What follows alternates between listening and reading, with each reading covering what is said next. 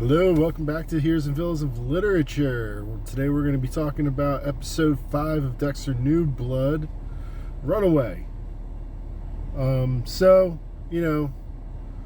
Harrison took a bit of a backseat in this episode. Dexter confronted him about the blade, but nothing really came of it. Harrison's having his little teenage angst in this episode. He tries to run away eventually. You see what Kurt Caldwell did with the with that runaway girl that showed up at the diner asking for more money. It's pretty obvious that he's one of the killers at this point. They're trying to smoke screen you, and they're thinking he's the only one. But earlier on, like I said in a previous video or two, they inserted Edward Olson, the other billionaire. For no reason, trying to pick up Audrey, or whatever her name is, the chief of police daughter. But that's neither here nor there right now, because he's kind of like on the back burner right now for other things. So we got the surprise of Angel Batista showing up in this episode, and basically what he's doing is setting up Dexter's eventual capture. If you saw the episode, you saw that too. That's it was pretty obvious. But Angela goes to this crime conference with that podcaster. They went there looking for Matt Caldwell. Eventually found out that some guy had checked into this hotel under Matt Caldwell's name. They figured out that Kurt was lying, which is going to very quickly lead to his capture and or murder via Dexter. But that's not going to end the disappearances. Probably in the next episode, Kurt Caldwell's going to be caught. Let's see. But the important part, like I was saying, is Angel Batista's appearance, because what he's doing is setting up the plot for Dexter's eventual capture. See, at the end of the episode, Angela's daughter tells her that Jim Lindsay's name isn't really Jim Lindsay, and then she goes on to find out it was Dexter Morgan. And that's important because Angel had told her the story of Dexter and Deborah Morgan, which is going to raise questions. Why did you change your name? Why did you let Harrison be raised by his stepmother? It's opening up a can of worms. That's going to lead to Dexter's capture, like I said, because there's no way he's going to kill off everyone in the police department. The one cop is already a pretty ambitious cop. So obviously from this episode, because him and Dexter were chasing the same guy the whole episode, Dexter eventually ended up killing that guy, but the other guy was there the whole time. So he's got to contend with him. He's got to contend with his girlfriend now. He's got to contend with the nosy podcaster. He's got to deal with Harrison dropping nuggets of information that he doesn't want everyone knowing. There's a lot of nosy people in Iron Lakes. So, Dexter may be getting away with these kills early on, but Matt Caldwell's death is definitely going to be the catalyst that gets him caught. They might not catch him killing anyone, but they're going to figure out he was the Bay Harbor butcher, that James Dokes wasn't the Bay Harbor butcher initially. They're going to figure it out, and it's going to be Harrison's fault.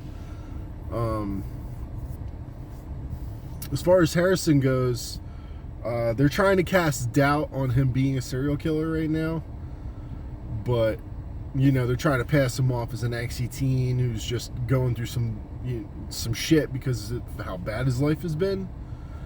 He tried to pass off the blade as protection because he's been bounced around so much, which is a plausible theory, or it's a plausible excuse. However, why were you hiding the knife inside of a flashlight? If it was for protection, it would be in your go bag. It would be in your backpack, or you'd be carrying it on you. As a transient, you always got to keep your weapon on you. So, no. Only people with something to hide their weapons. Let's see. Yeah, other than that stuff, not a whole lot happened in the episode. So, like I said, the main points are Angela is on to Dexter now, who he really is. And that's going to cause some shit between them. And Harrison's having trouble dealing with the fact that his dad doesn't trust him, and the fact that people are calling him a hero. Every time they call him a hero, he kind of twitched a little bit, and he's concerned about like how Angela's daughter found the kill list and all that stuff. So he's showing signs of guilt. So he may have wanted to know what it was like to hurt someone or kill someone when he cut Ethan. If you noticed in the last episode, where he cut Ethan was almost the exact location Trinity cut the first tableau, the sister, in his kill chain. So, maybe he listened to the podcast about Trinity, heard how his mother was killed, and wanted to know what it felt like to kill someone like that. I don't know. It's still up in the air on Harrison, but I'm not losing doubt that he's a serial killer, or they want you to believe he's a serial killer and he's just a really troubled kid. We'll find that out. There's 3 episodes left, and they're now shifting attention back onto Dexter from Harrison, so they're bouncing it back and forth for some reason. So ultimately, the end of the series is going to come down to Harrison v. Dexter, I'm thinking. Harrison's going to be the reason Dexter gets caught. I'm 100% certain about that. So, stay tuned. My predictions one by one are plinking into place. They're coming true. The one that hasn't come true yet, there's 2 of them, is confirmation Harrison is a serial killer, and confirmation that Edward Olsen is the other hunter. Like I said before, I'm pretty sure this is like a hunting club for rich guys, and Kurt Caldwell's losing his shit. So he's going to be caught very soon, but the disappearances won't stop. So, we'll see what happens with that in the future. But until next time, thanks for tuning in. Hit like, hit subscribe if you want to see more videos like this. This channel is mainly for discussing characters from books, but I threw Dexter in there, as I said in the first video, because I'm a fan, and he is based on a book character. He's a anti-hero of sorts, but people love Dexter, so, and I love Dexter, so I'm gonna ride this out until Dexter New Blood is over, and we'll see if it continues or if it stops. They said it's supposed to be a one-off, but they're throwing a lot of different plot lines into one season, and it's starting to get a little messy. So it might roll over into a new season if it's well received.